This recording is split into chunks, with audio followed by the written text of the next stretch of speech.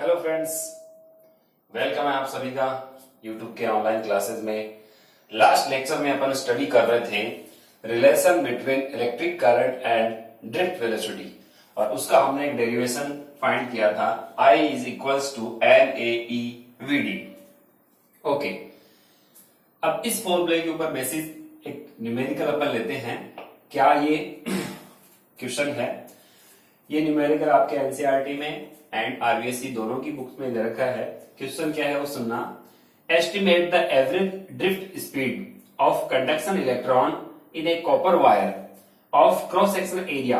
आपको एक कॉपर का कोई वायर दे रखा है जिसका क्रॉस सेक्शनल एरिया गिवन है आपको, ठीक है। तो आपको गिवन क्या है, क्वेश्चन नंबर सपोज ये 1 है, तो यहाँ इसका आंसर मैं लिख रहा हूं। ये आपको गिवन है एरिया, क्रॉस सेक्शनल एरिया की वैल्यू कितनी है 1.0 into 10 to the power -7 meter square. Okay, carrying current of 1.5 ampere. कितनी करंट इसमें फ्लो हो रही है? I equals to 1.5 ampere current इस कंडक्टिंग वायर में फ्लो हो रही है। Assume that each copper atoms contributes रफली 1 कंडक्शन इलेक्ट्रॉन। अब आपको बोला गया है कि आप ये एज्यूम कीजिए एक एटम के पीछे एक कंडक्शन इलेक्ट्रॉन है। जैसे कॉपर का एटम है तो कॉपर के एटम के लिए अगर हम देखें तो इसका इलेक्ट्रॉनिक कॉन्फ़िगरेशन आप देखोगे तो लास्ट जो ऑर्बिट है उसमें 1 इलेक्ट्रॉन है, तो एक फ्री इलेक्ट्रॉन है। कॉपर के एक एटम के पीछे एक फ्री इलेक्ट्रॉन है, ठीक है ना। तो अपन वैलेंस इलेक्ट्रॉन बोल सकते हैं या फिर फ्री इलेक्ट्रॉन बोल सकते हैं, ठीक है ना। कॉपर का 29 नंबर एटॉमिक नंबर होता है, तो इसका 1 इलेक्ट्रॉन एक एटम के पीछे है वो फ्री रहता है। फिर आगे बोला गया the density of copper is 9 into 10 to the power 3 kg पर मीटर क्यूब। तो यूनिट वॉल्यूम में कितना मास है ये आप देख सकते हो, 9 into 10 to the power 3 kg, यानी 1 मीटर लेंथ, 1 मीटर ब्रेथ और 1 मीटर हाइट का अगर कोई बॉक्स है तो उसमें कितना कॉपर आ सकता है 9 इंटू 10 टू द पावर 3, यानी ऑलमोस्ट 9000 kg के कॉपर इसमें आ जाएगा। तो ये एक तरह से इसका डेंसिटी गिवन है, ठीक है। इट्स एटॉमिक मास आपको गिवन है 63.5 U। ये U है, U means AMU, atomic mass unit. तो ये यहाँ पे एटॉमिक मास आपको गिवन है। तो अगर अपन इस फॉर्मूले की बात करें तो आपको फाइंड क्या करना है? अपन को फाइंड करना है drift speed, estimate the average drift speed. ये आपको VD की वैल्यू आपको फाइंड करनी है। तो VD इक्वल्स टू अपन फॉर्मूला अप्लाई करें तो क्या बनेगा I अपॉन NE। A की वैल्यू आपको गिवन है, I की वैल्यू गिवन है, E अपन को पता है लेकिन N नहीं। N क्या है? Number of free electrons per unit volume. तो यहाँ पे number of free electron per unit volume कितना है अपन को पहले ये फाइंड करना पड़ेगा। तो आप देख सकते हो यहाँ पर आपको डेंसिटी दे रखी है कॉपर की, तो उसके अकॉर्डिंग अपन पहले number of free electron find करेंगे पर यूनिट वॉल्यूम में कितने हैं। अगर अपन आओगाद्रो कॉन्सेप्ट को यूज करें तो आपको पता होगा कि 63.5 ग्राम, ये जो एटॉमिक मास है ये ग्राम में अगर इसकी वैल्यू देखें तो 63.5 ग्राम में कितने नंबर ऑफ कॉपर एटम्स होंगे यहां अपन को पता है। तो अपन लिख सकते हैं इन 63.5 ग्राम कॉपर, इन 63.5 ग्राम कॉपर एटम्स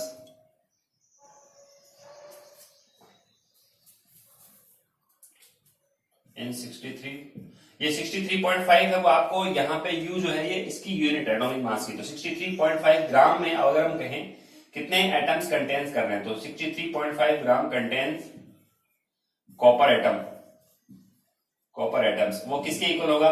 आओगाद्रो नंबर के इक्वल। तो 6.023 into 10 to the power 23 copper के एटम है कितने ग्राम में? 63.5। जैसे ऐसे अपन पहले भी न्यूमेरिकल करते हैं, जैसे मान लो आपको कोई 50 ग्राम का कोई सोडियम का कोई पीस दे दिया और आपसे पूछे इसमें सोडियम के कितने एटम्स है 50 ग्राम में। तो सोडियम अपन कहते हैं इसका एटॉमिक मास 23। तो पहले आप बताओगे कि हेंस 23 ग्राम में कितने एटम्स है, तो आप बताओगे 6.023 into 10 to the power 23। Avogadro concept को फॉलो करोगे, ये जो एटॉमिक मास होता है इतने ग्राम में जो वैल्यू होती है वो अवोगाड्रो नंबर के इक्वल इसमें एटम्स रहेंगे। तो 1 ग्राम में डिवाइड कर दोगे, आपको कितने ग्राम में चाहिए, 50 ग्राम में, तो इसको मल्टीप्लाई कर दो 50 से। सेम कॉन्सेप्ट अपन यहाँ यूज करेंगे कि हमारे पास ग्राम में वैल्यू कितनी है, देखो कॉपर की ग्राम में वैल्यू कितनी है, तो 9 इंटू 10⁻³ केजी है ये। तो केजी को अगर ग्राम में कन्वर्ट करें तो इसको किससे मल्टीप्लाई करते हैं, 10⁻³ से। तो यहाँ 3 और 3 कितने बन गए, 10⁻6।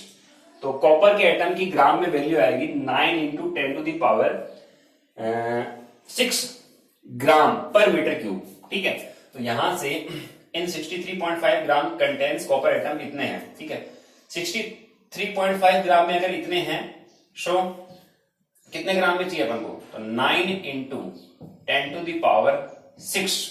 अब मैंने यहां 6 क्यों किया है, क्योंकि ये केजी था, केजी को मैंने ग्राम में कन्वर्ट कर दिया। ठीक है, ग्राम, ठीक है, 9.6 इंटू 9 इंटू 10⁻6 ग्राम कंटेन्स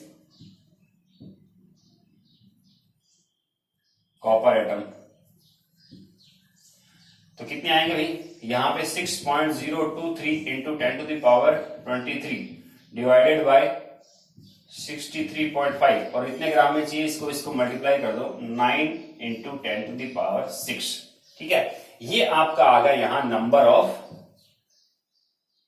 एटम्स। यहां नंबर ऑफ एटम्स बोल दो आप, या नंबर ऑफ इलेक्ट्रॉन्स भी बोल सकते हैं, क्योंकि अगला खुद यहां बोल रहा है कि एक एटम्स के पीछे है, वो एक एटम के पीछे एक इलेक्ट्रॉन है। तो यहाँ पे फ्री इलेक्ट्रॉन, ये टोटल नंबर ऑफ इलेक्ट्रॉन्स कितने आ गए, इतने। तो टोटल नंबर ऑफ एटम्स इतने हैं, तो इसका मतलब एक एटम्स के पीछे अगर एक इलेक्ट्रॉन है तो total number of free electron आ गए इन पर यूनिट वॉल्यूम। देखो यहाँ ये पर यूनिट वॉल्यूम की था ना, यहाँ पर मीटर क्यूब था, तो पर यूनिट वॉल्यूम के हिसाब से ये हमारा एन जो था, हमने पहले एन फाइंड कर लिया। अब अपन यहां इस फॉर्मूला को अप्लाई कर सकते हैं। ठीक है ना, तो यहां से आप बताओगे we know that I equals to क्या होता है, n A E V d. तो drift velocity v d equals to क्या बन जाएगा, आई अपॉन एन ए ई। अब ये वैल्यू पुट कर दीजिए आप, तो वी डी इक्वल्स टू आई की वैल्यू कितनी है 1.5 अपॉन एन की वैल्यू जो हमने यहां फाइंड किया वो लिख देंगे यहां से। ये टोटल वैल्यू आपको यहां लिखनी पड़ेगी 6.023 इंटू 10⁻23। ठीक है, एन की वैल्यू पुट कर रहा हूं मैं, इंटू 9 इंटू 10⁻6। ठीक है, और ये 63 कहां गया, ऊपर, ये तो 63.5 ये ऊपर हो गया। ठीक है, और ए की वैल्यू और पुट कर दो, ए कितना है 10⁻⁻7। ठीक है, इंटू ई, ओके, ई कितना है 1.6 इंटू 10⁻⁻90। ठीक है, ये ई की वैल्यू हमने यहां पे पुट कर दी। अब जब ये सारी वैल्यूज को आप इसको सॉल्व करोगे तो वीडी की वैल्यू आपको मिलेगी यहां पे 1.1 इंटू 10⁻⁻3 मीटर पर सेकेंड, या फिर इसको एमएम में कन्वर्ट करें तो 1.1 और ये 10⁻⁻3 ये मिली बन जाता है। ठीक है, तो यहां अपन मिली लिख सकते हैं, ये मिली, और ये एम हो जाएगा, और पर सेकेंड यानी एमएम पर सेकेंड आ गया। इसका मीन हो गया कि 1 सेकेंड में ये फ्री इलेक्ट्रॉन जो होता है, ये फ्री इलेक्ट्रॉन कितना आगे खींच सकता है, 1 mm, ओनली 1 mm, एक सेकेंड में 1 mm आगे की ओर यहां से मूव कर रहा है। तो ये ड्रिफ्ट वेलोसिटी हमने यहां फाइंड कर ली। अब इसके ऊपर बेस कुछ क्वेश्चंस हैं जो आपके एनसीईआरटी के बुक में दे रखे हैं, तो आप इस न्यूमेरिकल्स को नोट कर सकते हो।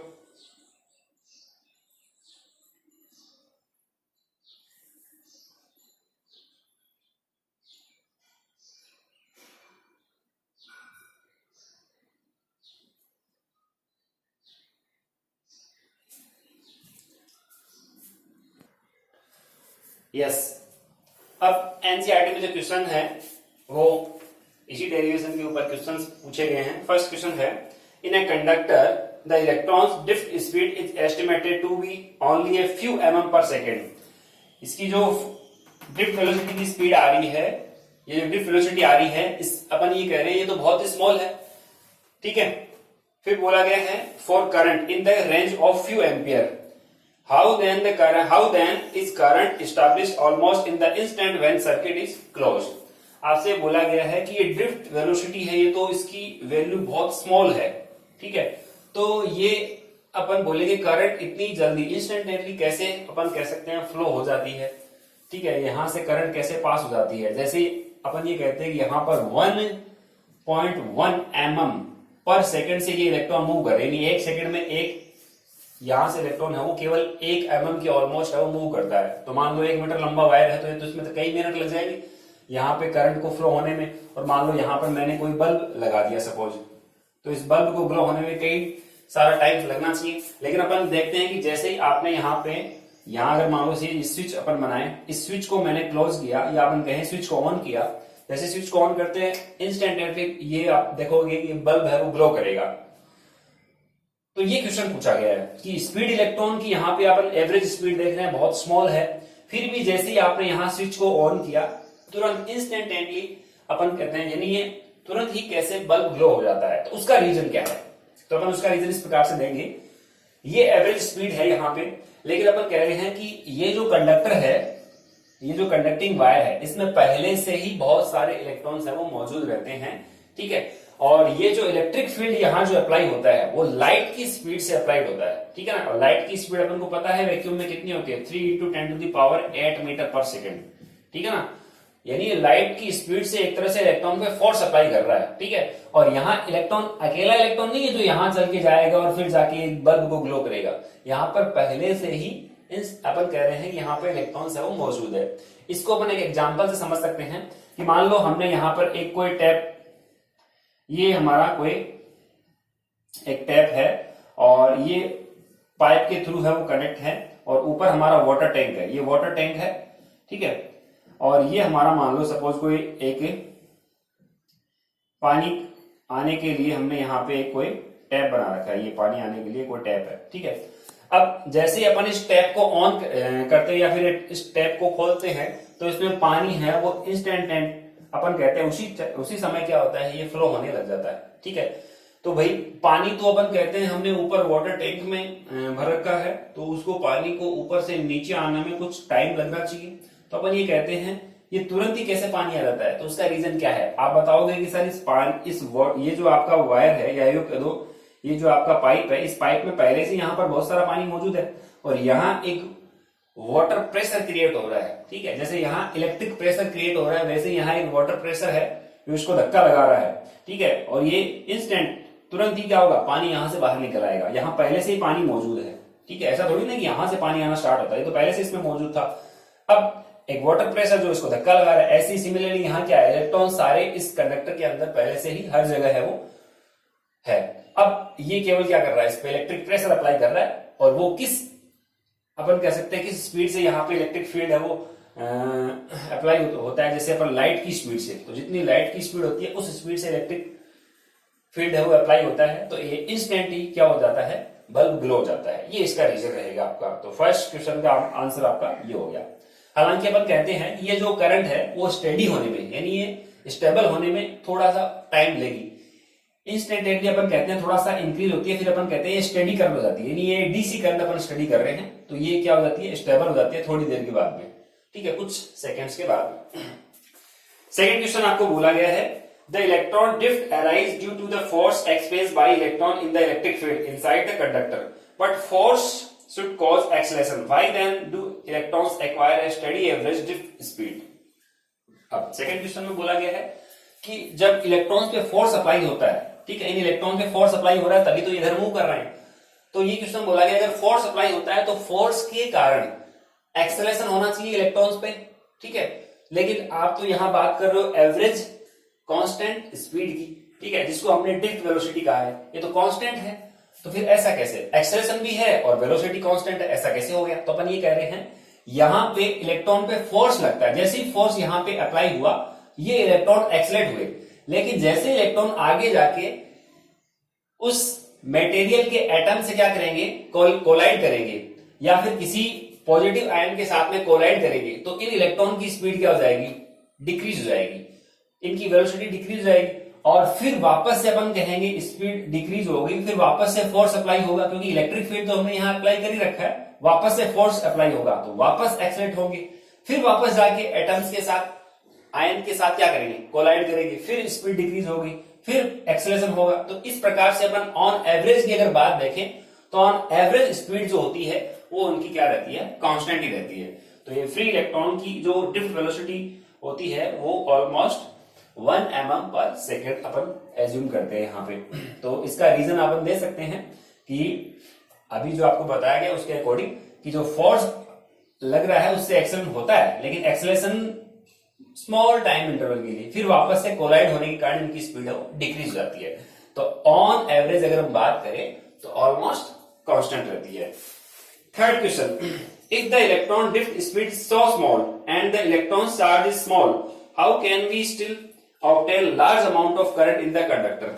अगर इसकी स्पीड यहां अपन कह रहे हैं वेरी स्मॉल है, करंट की वैल्यू बहुत अपन कहते हैं यहाँ पे स्पीड स्मॉल है, तो करंट अपन को लार्ज अमाउंट में कैसे मिल सकती है। तो अपन ये कह रहे हैं यहाँ पे उसके पीछे रीजन क्या है।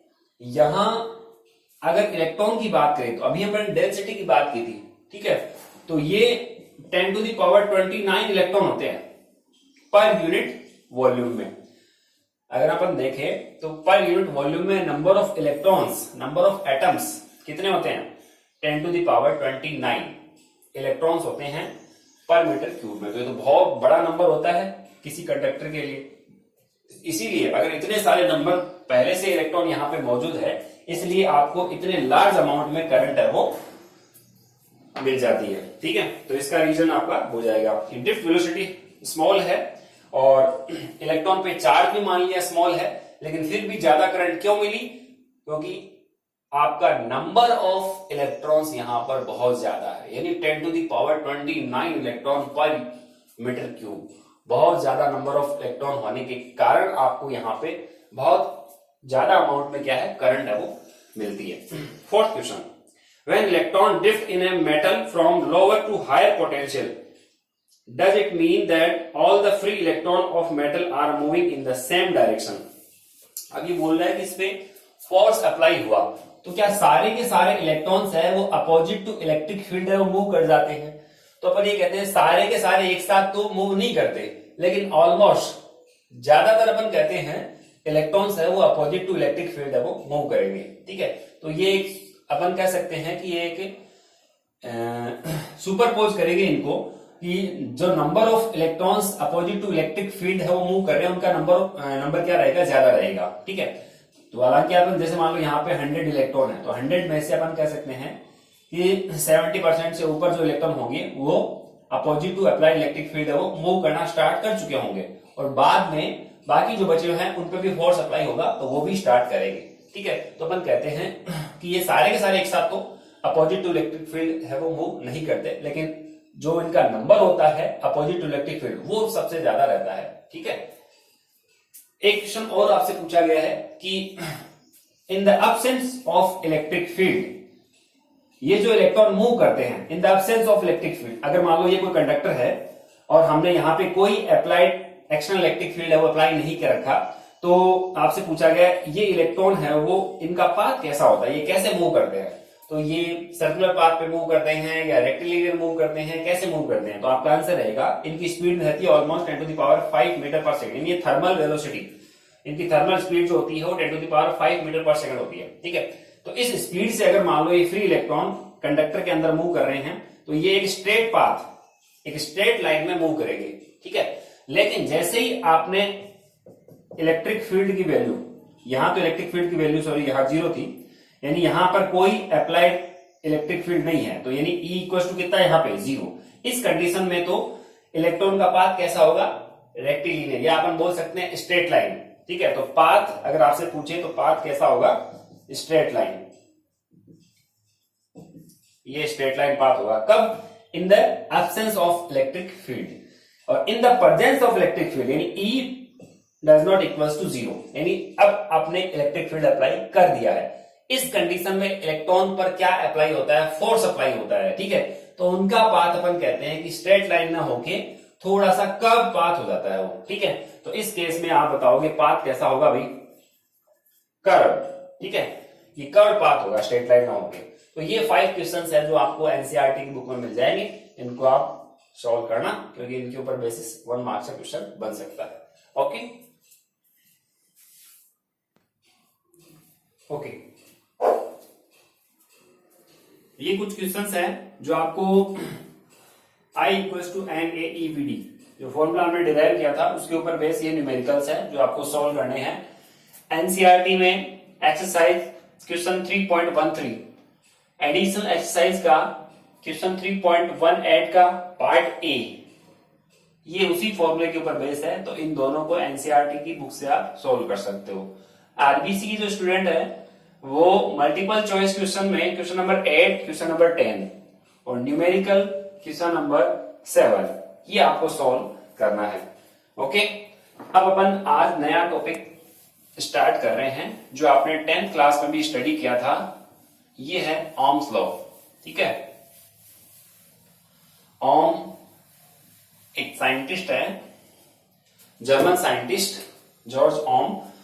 इसने किसी कंडक्टर के अंदर कितनी करंट फ्लो हो रही है, कितना हमने पोटेंशियल डिफरेंस अप्लाई किया है, इन दोनों के बीच में एक रिलेशन फाइंड किया। ठीक है, तो ये एक एक्सपेरिमेंटल लॉ है, ये एक्सपेरिमेंट के बेसिस पे दिया गया है। ये एक लॉ है जो क्या कह रहा है कि अगर मान लो ये कंडक्टर है तो इस कंडक्टर पे आप कोई पोटेंशियल डिफरेंस अप्लाई करते हो। पोटेंशियल डिफरेंस अप्लाई करने का मतलब इलेक्ट्रिक प्रेशर अपन क्रिएट कर रहे हैं। सपोज ये कोई एक कंडक्टर है,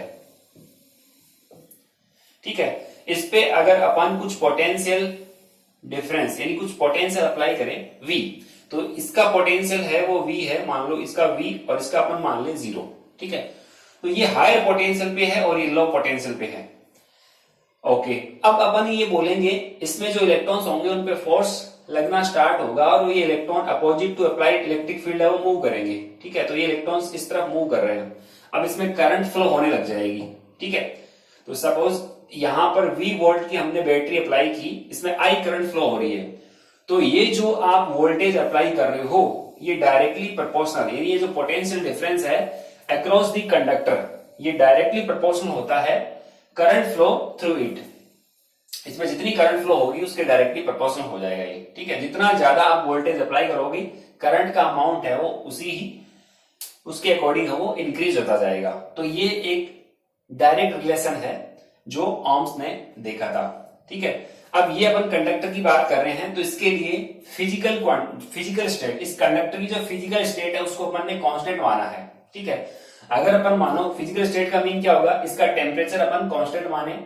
ठीक है, एक्सपेरिमेंट के दौरान टेम्परेचर कांस्टेंट माना, इसकी लेंथ कांस्टेंट है, क्रॉस सेक्शनल एरिया कांस्टेंट है, जो भी अपन कह सकते हैं कि एक्सटर्नल इसको इफेक्ट करता है, प्रेशर वगैरह, ये सारे फिजिकल टर्म्स जो है उसको हमने कांस्टेंट अगर मान ले तो इसके अक्रॉस जो वोल्टेज अप्लाई की जाती है, इसके अक्रॉस जो पोटेंशियल डिफरेंस अप्लाई किया जाता है वो डायरेक्टली प्रोपोर्शनल होगा इसमें फ्लो होने वाली करंट के।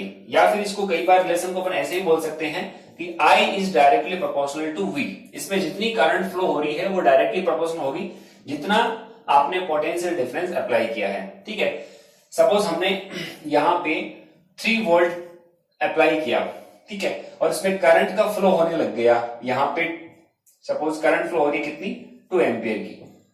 ठीक है, अगर आपने पोटेंशियल और इंक्रीज करी अपन, ठीक है, तो अगर मान लो 3 को डबल कर दिया हमने और 6 वोल्ट कर दिया तो आप देखोगे करंट भी उसी रेशो में है वो डबल हो जाती है।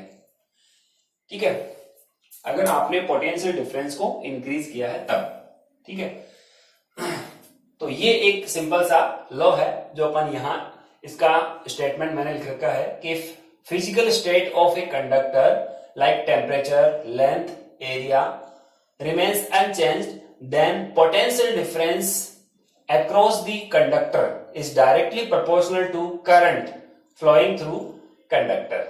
ये सिंपल सा एक लॉ है जो अपन 10th क्लास में भी स्टडी कर चुके हैं। इसका मीन हो गया यहां से V is directly proportional to capital I। यहां ध्यान रखना V पोटेंशियल डिफरेंस है across the conductor. Okay, sign of proportionality अगर हम यहां से हटाते हैं तो यहां अपन को एक कांस्टेंट मिलता है जिसे अपन कहते हैं R। ठीक है, ये R है, इसको भी अपन जानते हैं ये रेजिस्टेंस होता है किसी कंडक्टर के लिए। तो यहां अपन लिख सकते हैं here R is sign of proportionality.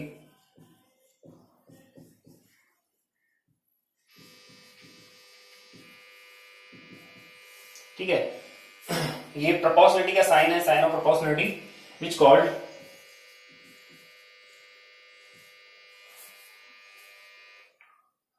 which called resistance,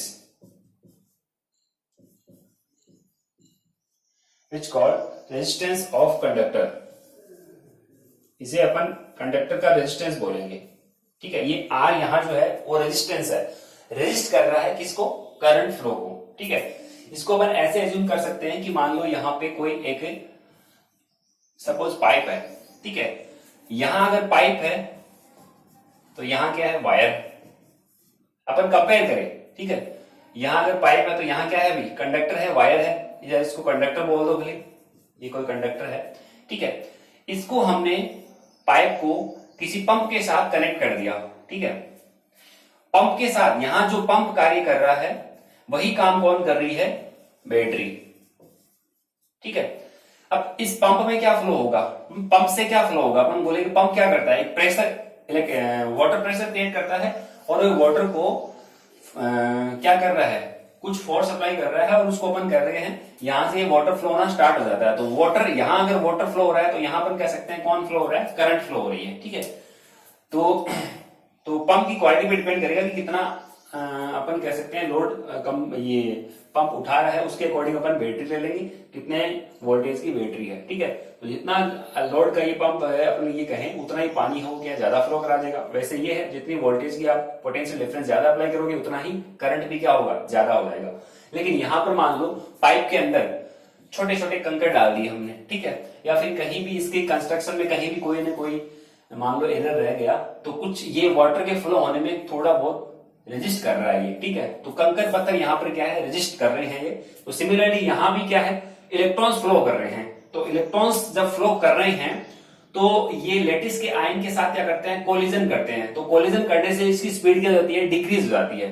तो इलेक्ट्रॉन्स का फ्लो डिक्रीज हो जाना वो कहलाता है यहाँ पे रेजिस्ट होना। यानी यहाँ पे इलेक्ट्रॉन तेजी से दौड़ रहे थे और रास्ते में इनको कौन मिल गया, कोई पॉजिटिव आयन, कंडक्टर का पॉजिटिव आयन या फिर ये एटम के साथ क्या किया, कोलिजन किया, तो इनकी स्पीड क्या होगी, डिक्रीज होगी। तो अपन बोलेंगे ये रेजिस्ट करते हैं, तो इसीलिए इनको अपन कह रहे हैं क्या, रेजिस्टेंस, ठीक है। इस फिनोमेना, इसको अपन कह सकते हैं कि ये एक प्रॉपर्टी बन गई जिसको अपन ने क्या कह दिया, रेजिस्टेंस। तो रेजिस्टेंस अपन कह रहे हैं कंडक्टर के लिए कि वो करंट के फ्लो में ऑब्स्टेकल है, ठीक है। करंट के फ्लो में ऑब्स्टेकल है। ऐसे ही वाटर के फ्लो में ऑब्स्टेकल यहाँ कौन है, कंकड़ पत्थर, कोई स्टोन हमने डाल दिया, तो ये सारे क्या है, रेजिस्टेंस है, ठीक है। अब यहाँ पे रेजिस्टेंस जो है वो किस पे डिपेंड करता है, तो क्या रेजिस्टेंस, अपन यहां से रेजिस्टेंस अगर देखें तो रेजिस्टेंस की यूनिट भी आप जानते हैं क्या होती है, सिंपल साइंटिस्ट के नेम पे है ओम, ठीक है। तो ये रेजिस्टेंस है, तो रेजिस्टेंस का फॉर्मूला अपन यहां से बता सकते हैं, आर इक्वल टू क्या बनेगा, वी अपॉन आई। यहां से अगर आर इक्वल टू देखें तो क्या बनेगा, वी अपॉन आई। अगर आपसे क्वेश्चन पूछे क्या रेजिस्टेंस अप्लाइड वोल्टेज पे डिपेंड करता है, आंसर है नो। क्या रेजिस्टेंस जो करंट फ्लो हो रही है उस पर डिपेंड करता है, नो। तो रेजिस्टेंस किस पर डिपेंड करेगा, तो एक रेजिस्टेंस अपन अलग से ही एक अलग से टॉपिक ले लेंगे और उसको डिटेल में स्टडी करेंगे कि रेजिस्टेंस किस किस पे डिपेंड करता है। ये ध्यान में रखना, नहीं तो ये अप्लाइड पोटेंशियल डिफरेंस पे डिपेंड करता है, नहीं करंट पे डिपेंड करता है। आप सोच सकते हो यहाँ पे क्या ये पंप के ऊपर डिपेंड करेगा कि यहाँ पे कंकड़ पत्थर कितने हैं, नहीं, वो तो पहले से जितना है वह। तो क्या ये पानी पे डिपेंड करेगा, पानी पे डिपेंड है। वैसे यहाँ अपन देख रहे हैं आई पे डिपेंड कर रहा है ना, पोटेंशियल डिफरेंस पे डिपेंड कर रहा है, ठीक है। अब आप देखोगे अगर मान लो अपन लेंथ को इंक्रीज कर दे, ठीक है। अब आपको पता है यहाँ कंकड़ पत्थर इतने थे तो और यहाँ और भी ज्यादा होंगे, लेंथ इंक्रीज होने से इसका रेजिस्टेंस इंक्रीज हो जाएगा। सिमिलरली आप देखोगे कि यहाँ पे अगर मान लो हमने वायर की लेंथ को इंक्रीज कर दिया तो रेजिस्टेंस भी इंक्रीज होगा। तो क्या क्या फैक्टर्स होंगे जो रेजिस्टेंस को इफेक्ट करते हैं उसको अपन स्टडी करेंगे। तो फिलहाल तो आप यहाँ देखोगे R equal to B upon I, और यूनिट अपन को पहले से पता है, तो यूनिट इसकी क्या होती है, ओम, और सिंबल होता है इसका ये ओम का सिंबल है जो अपन यूज कर लेंगे, ओके। अब यहां से 1 ओम की डेफिनेशन अपन बना सकते हैं। अगर आपने अप्लाइड पोटेंशियल डिफरेंस 1 वोल्ट लिया है और करंट इसमें 1 एम्पियर की फ्लो हो रही है, तो अपन कह सकते हैं इस कंडक्टर का जो रेजिस्टेंस होगा वो कितना बोला जाएगा, 1 ओम। तो यहां से 1 ओम की डेफिनेशन भी अपन नोट करेंगे, ओके। अब एक इसमें इंपॉर्टेंट क्वेश्चन जो आता है वो ग्राफ पे आता है, ठीक है। तो यहां पे मैं ग्राफ बना रहा हूं, graph between V and I। Potential difference और करंट के बीच में अगर हम प्लॉट करें, ये V मान लो और ये I मान ले अपन, सपोज ये ग्राफ ऐसा आया है, क्योंकि v is directly proportional to I, तो ये ऐसा ग्राफ आएगा। ये एंगल मान लो थीटा है। अब इसका जो स्लोप होगा, ठीक है, तो यहां पर कहेंगे जो स्लोप होगा वो स्लोप क्या होगा, चलो यहां लिख देते हैं, ये जो स्लोप होगा वो स्लोप होगा tan थीटा, ठीक है। स्लोप का मीन्स इसका यहां से एक्स एक्सिस से इसका कितना झुकाव है वो स्लोप बोला जाता है, ठीक है। तो ये v है इसके कॉरस्पॉन्डिंग और ये I हो गया, ठीक है। तो tan थीटा इक्वल टू क्या होता है, परपेंडिकुलर अपॉन बेस, और इसको अपन क्या बोलते हैं, रेजिस्टेंस। यानी जो स्लोप होगा वो किसको शो करेगा, v और I के बीच में जो कर्व आता है उस कर्व का जो स्लोप आता है वो किसको शो करता है, वो रेजिस्टेंस को शो करता है। लेकिन ध्यान ये रखना है v कहां होना चाहिए, y एक्सिस पे, और ये कहां है, एक्सिस, ठीक है। अगर मान लो इसी को अपन ने उल्टा कर दिया तो फिर वो r को शो नहीं करेगा। सपोज जैसे मैंने यहां मैंने I ले ली, ठीक है, और x एक्सिस पे हमने वोल्टेज ले लिया, ठीक है। अब ये ग्राफ तो आपको पता है स्ट्रेट लाइन आएगा, लेकिन आपको पता है यहां से अगर ये एंगल थीटा देखोगे तो अब इस बार क्या बन जाएगा आपका, ये I हो जाएगा। तो थीटा tan थीटा यहां इक्वल्स टू क्या आएगा, tan थीटा इक्वल्स टू क्या बनेगा, बोलो, I अपॉन v। तो फिर तो ये अपन बोलेंगे यहां से tan थीटा, फिर ये तो I अपॉन v को अपन r नहीं कह सकते, तो यहां आप क्या बोलोगे, यहां अपन को tan थीटा इक्वल्स टू अगर आप देखोगे v I अपॉन v है, तो ये I upon v 1 upon r के इक्वल होगा, ठीक है ना। रीजन समझ गए ना आप, यहाँ पे ये यहाँ पे आपने परपेंडिकुलर अपॉन बेस किया तो I अपॉन v, तो इसको थोड़ी ना अपन यहाँ r कह सकते हैं, r तो क्या होता है, v अपॉन I होता है। तो ये अगर इसका स्लोप पूछे तो इसका स्लोप 1 अपॉन r के इक्वल होगा, ठीक है ना। तो ये अपन को थोड़ा सा ध्यान में रखना है। और किस टाइप के क्वेश्चन आते हैं वो देखो, आपको दे दिया ये v और I के बीच में कर्व दे दिया, ठीक है, ये a है और ये b है, ये कोई दो कंडक्टर है a एंड b, आपसे पूछ लिया किसका रेजिस्टेंस ज्यादा है। तो यहां से अपन को पता लग रहा है ये जो स्लोप होता है v अगर इस तरफ हो तो ये जो स्लोप होता है ये किसको शो करता है, r को शो करता है। तो जिसका स्लोप ज्यादा होगा उसका रेजिस्टेंस भी क्या होगा, ज्यादा होगा।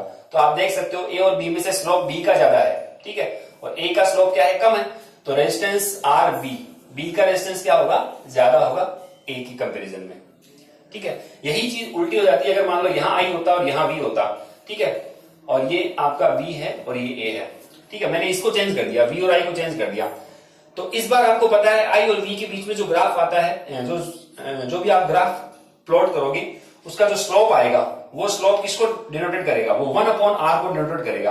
इन दोनों में से अगर आपको पूछे कि बताइए किसका रेजिस्टेंस ज्यादा है, तो इसमें यहां उल्टा हो जाएगा, जिसका स्लोप कम होगा उसका रेजिस्टेंस ज्यादा होगा। तो स्लोप किसका कम है, a का कम है यहाँ पे, ठीक है। तो a का रेजिस्टेंस यहाँ क्या हो जाएगा, ज्यादा, RA greater than RB।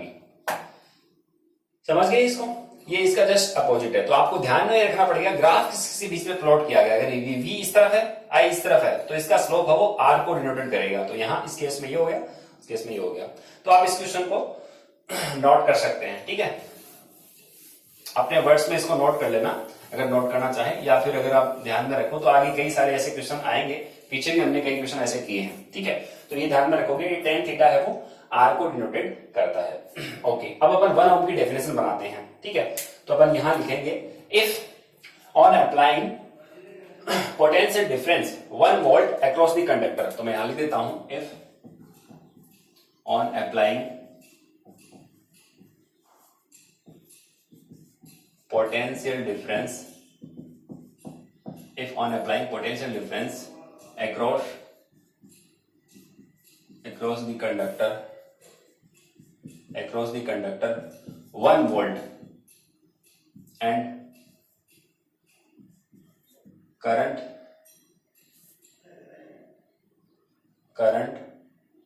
of 1 ampere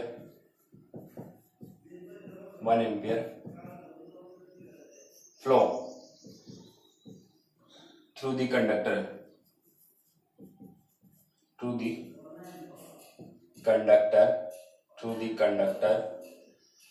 then resistance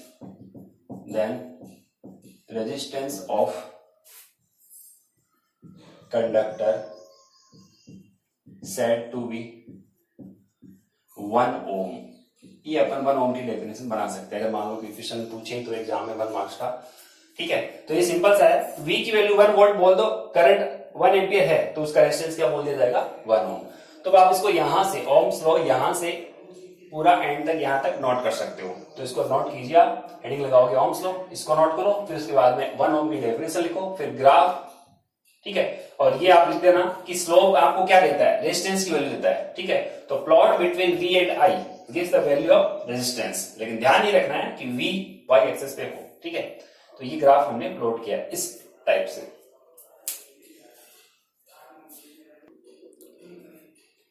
okay students, तो नेक्स्ट क्लास में अपन ओम्स लॉ के माइक्रोस्कोपिक और मैक्रोस्कोपिक दो फॉर्म है, उन दोनों को स्टडी करेंगे। Okay, thank you.